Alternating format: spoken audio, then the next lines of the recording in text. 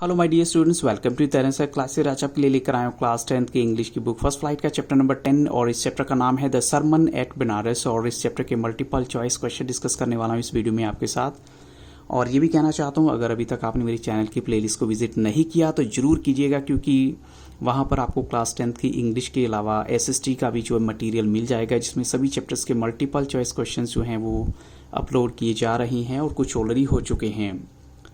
तो look at the very first question है। आपको बता रहे गौतम बुद्धा जिन्होंने अपनी लाइफ को जो है प्रिंस के तौर पर स्टार्ट किया था, उनका नाम उस टाइम क्या था? तो ऑप्शन आपके सामने है प्रिंस गौतमा, प्रिंस सिद्धार्था, सिद्धार्था गौतमा या फिर सिद्धार्था बुद्धा। तो बच्चों यहाँ पर करेक्ट आंसर है ऑप्शन सी, यानी उस टाइम उनका नाम था सिद्धार्था गौतमा। आप चलते हैं क्वेश्चन नंबर 2 के लिए। Where did Gautam Buddha begin his life? उन्होंने अपनी लाइफ जो है कहाँ स्टार्ट की थी? तो नदर्न इंडिया में, या फिर सदर्न इंडिया में, या फिर वेस्टर्न इंडिया में, या फिर ईस्टर्न इंडिया में। तो उन्होंने अपनी लाइफ स्टार्ट की थी बच्चों ऑप्शन ए, यानी नदर्न इंडिया में अपनी लाइफ उन्होंने स्टार्ट की थी। अब चलते हैं क्वेश्चन नंबर 3 के लिए।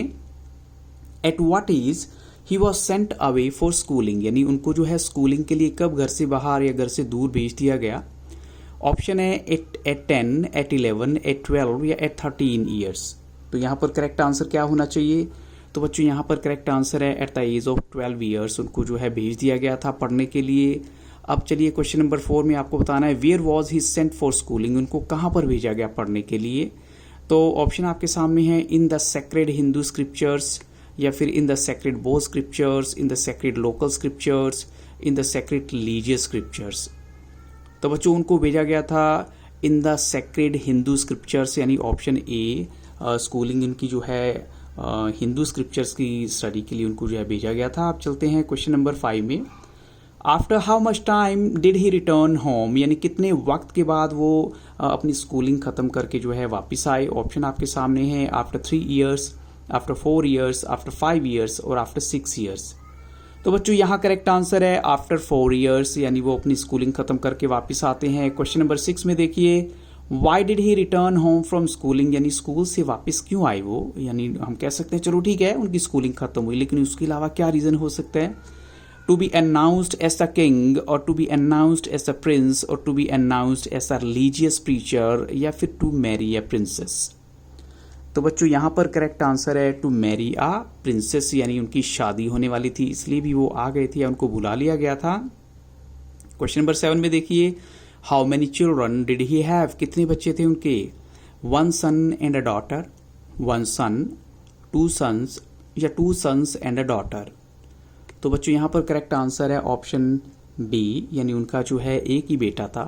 अब चलते हैं क्वेश्चन नंबर 8 में। For how long did they live as befitted royalty? यानी कितने वक्त तक उन्होंने अपनी रॉयल्टी को इंजॉय किया होगा? ऑप्शन आपके सामने है for 8 years, for 9 years, for 10 years और फॉर 11 ईयर्स। तो बच्चों यहाँ पर करेक्ट आंसर है फॉर 10 ईयर्स, यानी 10 साल तक उन्होंने अपनी रॉयल्टी को, यानी पैलेस में रहे, अपने महल में रहे वो। अब चलते हैं क्वेश्चन नंबर 9 के लिए। At about what age? आपको बताना है किस एज में आकर जो प्रिंस हैं देयर फोर और there here to for shielded from the sufferings of the world? यानी शील्डेड का मतलब क्या होता है? उनको बचा के रखा गया कि दुनिया की पेन, दुनिया की पीड़ा को ना देख पाएं। तो ऑप्शन आपके सामने है at about the age of 24, और at the age of 25, at the age of 26 और at about the age of 27। तो बच्चों यहाँ करेक्ट आंसर है at about the age of 25, यानी उनको जो है 25 की एज तक जो है इन दुनिया की पीड़ाओं के बारे में कुछ नहीं मालूम था, दुखों के बारे में कुछ नहीं मालूम था। अब चलते हैं क्वेश्चन नंबर 10 के लिए। Where had Gautam Buddha gone when he chanced upon a sick man? तब उन्होंने एक बूढ़े आदमी को देखा। देन ए फ्यूनरल प्रोसेशन, यानी किसी की जो डेड बॉडी जा रही थी उसको देखा। तो आपको बताना है कि वो कहाँ गए हुए थे जब उन्होंने ये सब कुछ देखा? वो मार्केट में, यानी बाजार में गए हुए थे, या फिर हंटिंग के लिए गए हुए थे, या फिर प्रीचिंग के लिए गए हुए थे? प्रीचिंग क्या होती है? मोरल जो लेसन देते हैं, शिक्षा देते हैं, या फिर for helping the poor people, या फिर गरीबों की सहायता करने के लिए। तो बच्चों यहाँ पर करेक्ट आंसर है ऑप्शन बी फॉर हंटिंग, यानी वो हंटिंग के लिए गए हुए थे जब उन्होंने ये सब कुछ देखा। क्वेश्चन नंबर 11 में देखिए, what was the effect of all such sad sights on Gautam Buddha? इन सभी जो काफ़ी जो है दुख देने वाले दृश्य हैं, इनको देखकर गौतम बुद्धा के ऊपर क्या इफेक्ट हुआ? He went into the world to seek enlightenment concerning the sorrows he had witnessed, या फिर he helped all such people, या फिर he went out to meet his guru to ask the reason of all this, या फिर हम कहें he didn't react at all, उन्होंने बिल्कुल भी रिएक्ट नहीं किया।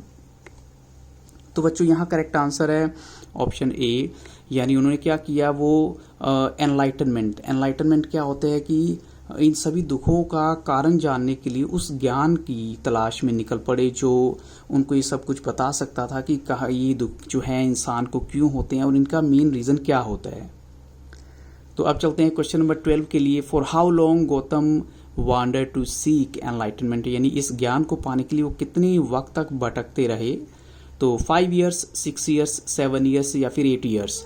तो उन्होंने जो है 7 ईयर्स का टाइम जो है अपनी वॉन्डरिंग में लगाया, इधर उधर घूमते हुए लगाया।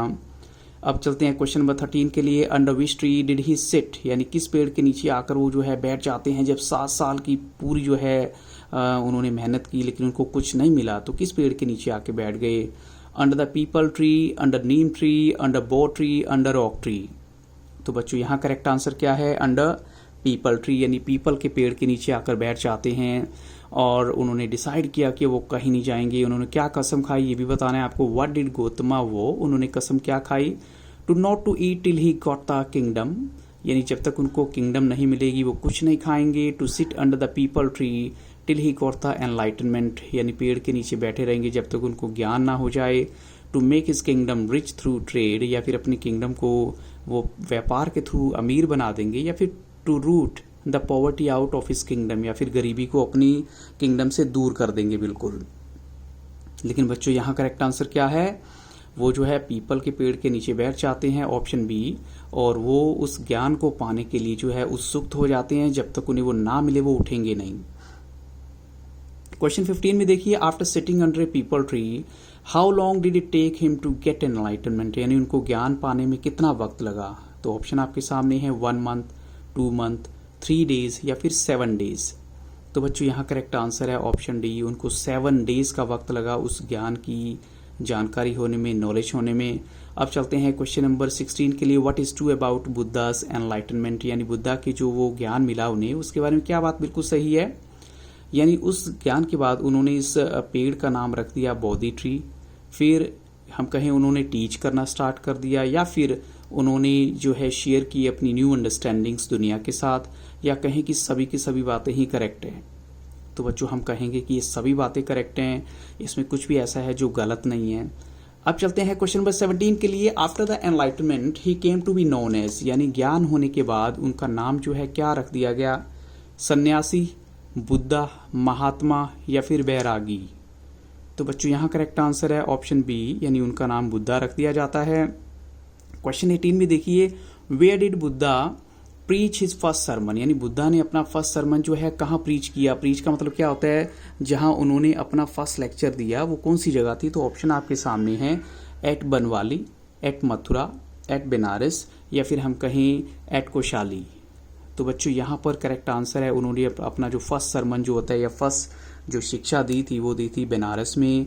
और वहाँ पर लोग जो है उनसे बहुत इम्प्रेस हुए थे जब उन्होंने ये सब कुछ बताया दुनिया के दुखों के बारे में।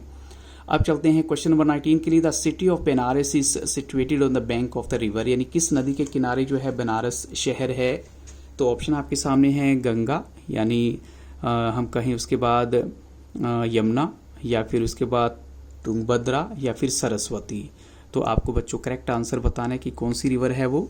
तो बच्चों यहाँ करेक्ट आंसर है गैंगेस, यानी गंगा नदी के लिए जो है हम कहेंगे ऑप्शन ए इसका करेक्ट आंसर। अब चलते हैं क्वेश्चन नंबर 20 के लिए। What does the sermon of Buddha at Banaras reflect, यानी जो उनका सरमन था बनारस में दिया गया वो क्या चीज़ रिफ्लेक्ट करता है। रिफ्लेक्ट करना होता है क्या चीज़ शो करता है। तो it reflects Buddha's wisdom about one inscrutable kind of suffering, यानी एक ऐसी सफरिंग, ऐसी पीड़ा जिसका कोई सोल्यूशन नहीं है। या कहीं it reflects Buddha's wisdom about one inscrutable kind of happiness, या फिर it reflects Buddha's wisdom about the reality of happiness, या फिर it reflects Buddha's ideas about suffering, in fact ideas about no suffering. लेकिन बच्चों हम कहेंगे यहाँ पर करेक्ट आंसर है ऑप्शन ए, यानी it reflects Buddha's wisdom about one inscrutable kind of suffering, यानी एक ऐसी पीड़ा जो यही नहीं पता कि कहाँ से आती है और उसका कोई इलाज नहीं है। Question number 21 how many children did किसा गौतमी हैव, किसा गौतमी के कितने बच्चे थे, 1 2 3 या फिर 4। तो उसका जो है एक ही बेटा था 1। अब चलते हैं क्वेश्चन नंबर 22 में, आई कैन नॉट गिव दी का मतलब होता है यू, मतलब मैं तुम्हें मेडिसिन नहीं दे सकता तुम्हारे बच्चे के लिए, that means your child, but I know a physician, लेकिन मैं एक फिजिशियन को जानता हूँ जो ऐसा कर सकता है, यानी तुम्हारे बेटे को लाइफ दे सकता है। तो कौन है वो, ये सन्यासी ने बोला था, या फिर गौतम बुद्धा ने बात कही थी, या फिर एक आदमी ने बोली थी, या फिर एक प्रीस्ट ने बोली थी किसा गौतमी को। तो बच्चों यहाँ करेक्ट आंसर है ए मैन, सिंपली एक मैन इस बुक में मेंशन किया गया, तो करेक्ट आंसर ए मैन है। अब चलते हैं क्वेश्चन नंबर 23 के लिए, हु इज सक्यामुनि। यहाँ पर सक्यामुनि किसके लिए वर्ड यूज हुआ है, एक टीचर के लिए, एक फिलोसफर के लिए, या फिर एक डॉक्टर के लिए, या फिर बुद्धा के लिए। तो बच्चों यहाँ करेक्ट आंसर है बुद्धा, यानी गौतम बुद्ध के लिए वर्ड यूज हुआ है। अब चलते हैं क्वेश्चन नंबर 24 के लिए, what did the Buddha demand from the lady to save her son's life, उसके बेटे की लाइफ को बचाने के लिए बुद्धा ने उस लेडी से क्या डिमांड किया, ए हैंडफुल ऑफ मस्टर्ड सीड्स, यानी जो सरसों के जो सीड्स होते हैं वो ले आओ, ए हैंडफुल ऑफ मस्टर्ड प्लांट्स, या फिर थोड़े से मस्टर्ड प्लांट्स यानी सरसों के पौधे ले आओ, ए हैंडफुल ऑफ टेमरिन सीड्स या इमली के बीज ले आओ, या ए स्मॉल अमाउंट ऑफ मनी, या कुछ पैसा। तो बच्चों यहाँ करेक्ट आंसर है option A handful of mustard seeds जो है वो गौतम बुद्ध ने बोले कि तुम ले आओ। अब चलते हैं क्वेश्चन नंबर 25 के लिए, व्हाट डिड बुद्धा एडिड, लेकिन उन्होंने अपनी स्टेटमेंट में क्या ऐड किया, to bring about the handful of mustard seeds, यानी इस स्टेटमेंट के साथ क्या ऐड कर दिया। तो कहा गया the seeds must be taken from a house where no one has lost a child, या फिर the seeds must be taken from a house where no one has lost a husband, या फिर इस सीड्स जो हैं ऐसे घर से लिए जाने चाहिए जहाँ पर किसी पेरेंट की यानी फादर या मदर की डेथ ना हुई हो, या फिर एक ऐसे घर से लिए जाने चाहिए जहाँ पर किसी दोस्त की डेथ ना हुई हो, या हम कहें कि सभी के सभी, ये ऑप्शन में आता है सभी के सभी ही करेक्ट हैं। तो बच्चों यहाँ राइट आंसर क्या होना चाहिए, yes right answer is option E, यानी ऑल ऑप्शंस आर करेक्ट। उन्होंने बोला कि तुम एक ऐसे घर में जाओ जहाँ किसी पति की डेथ ना हुई हो, या फिर एक फादर या मदर की डेथ ना हुई हो, या फिर किसी दोस्त की डेथ ना हुई हो, तो ऐसा कोई घर मिला ही नहीं उसे। यानी आप देखिए अगला क्वेश्चन आपका उसी से रिलेटेड है, unable to find any house without the death of their loved ones, यानी ऐसा कोई घर जहाँ किसी के लव्ड वन की डेथ ना हुई हो, तो फिर वो वुमन जो है कहाँ बैठ जाती है। तो ऑप्शन आपके सामने हैं, at the way side matching watching the lights off the city, या फिर एट द टेम्पल, और एट द पार्क, और एट द विलेज हॉल। तो बच्चों यहाँ करेक्ट आंसर है वो ऑप्शन ए में, यानी एक साइड में बैठ जाती है जहाँ पर वो सिटी की लाइट्स को देख रही हैं जो फ्लिकरिंग कर रही हैं थोड़ी सी। अब चलते हैं क्वेश्चन नंबर 27 के लिए, what does Kisa Gotami think about the fate of humans, उसने ह्यूमंस के फेट के बारे में यानी ह्यूमन बींग्स के भाग्य के बारे में क्या सोचा। तो कहती है human life is very long, या फिर कहा कि that human life is like the life of the sun, और that human life flickers up and extinguishes again as lights flickered up and extinguished again, यानी ये जो है जैसे लाइट्स होती हैं जलती है बंद हो जाती है, तो उसे लगा कि या फिर ह्यूमन लाइफ बिल्कुल ऐसी ही है, या फिर हम कहें ऑल ऑफ दीज, सभी के सभी करेक्ट हैं। तो बच्चों यहाँ पर करेक्ट आंसर है ऑप्शन सी, वो कहती है कि लाइट जैसे जलती बुझती है वैसे ही ह्यूमन लाइफ होती है, means it's a momentary not permanent.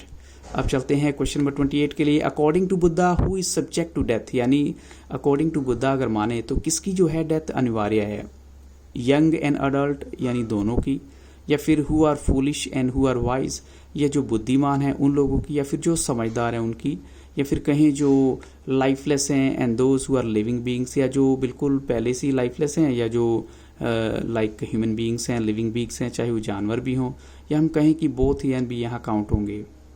तो बच्चों यहाँ पर करेक्ट आंसर है बोथ ही एंड बी, यानी यंग एंड अडल्ट आ जाएगा उसमें, और फूलिश और वाइज, यानी सभी की डेथ निश्चित है, कोई भी ऐसा नहीं है जो नहीं बच सकता। अब चलते हैं बच्चों नेक्स्ट क्वेश्चन के लिए, the world is affected with death and decay, so therefore the dash do not grieve knowing the terms of the world, यानी अब आपको बताना है ये कौन लोग हैं जो दुख नहीं मनाते क्योंकि उनको जीवन की दुनिया की सच्चाई पता है। Old people, the rich people, the poor people और the wise people. Wise people क्या होते हैं, जो बुद्धिमान लोग होते हैं, समझदार लोग होते हैं।